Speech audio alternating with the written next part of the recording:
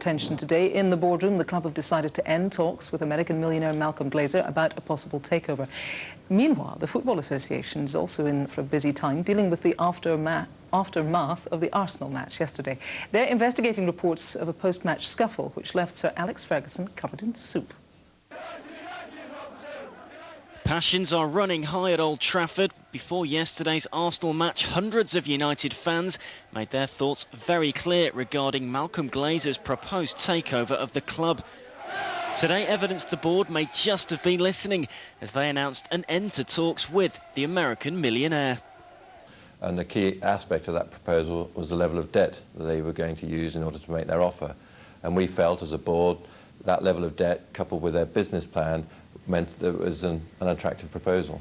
Glazer, who already owns almost 30% of the club, had wanted to borrow money secured against United's future profits to fund his £800 million move for one of the world's biggest brands.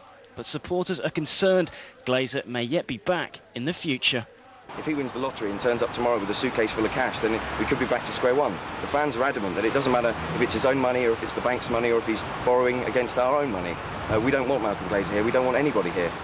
Arsenal were allowed into the ground, and the aftermath of yesterday's game is still being felt, and not just by Ashley Cole. Ruud van Nistelrooy has been charged by the FA with serious foul play.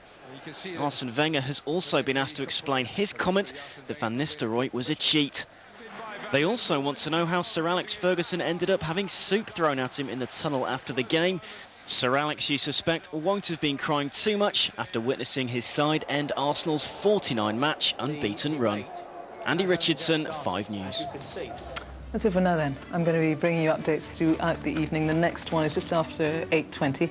But for now, from me and everyone on the 5 News team, thanks for watching. See you tomorrow.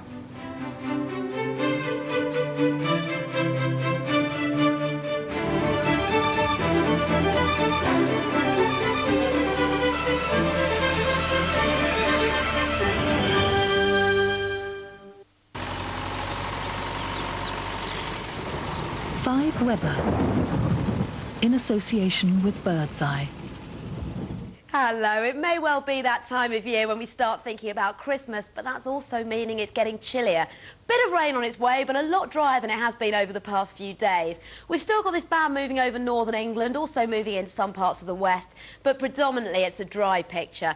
Overnight, a few showers on their way for some of northern England, Northern Ireland, the far southwest. But other than that, we are looking at a dry night. But although dry, it is going to be very chilly. Temperatures in the north of Scotland dropping to below freezing point. In the south, we're seeing a low of about 8 degrees. So overnight, temperatures not looking too impressive, and tomorrow morning is looking pretty much the same. A high of just -1 up there in Scotland. In the south, a top temperature about 9.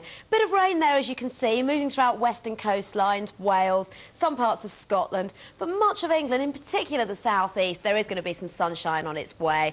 A top temperature about 9 degrees in the south, much chillier there, as I mentioned, in the north.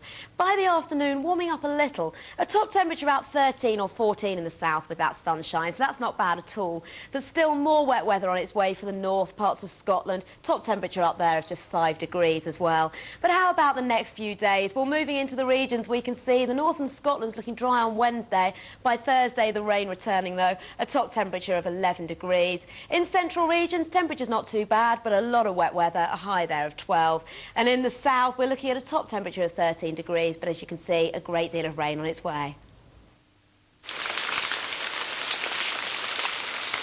Birdseye Food, in association with the weather.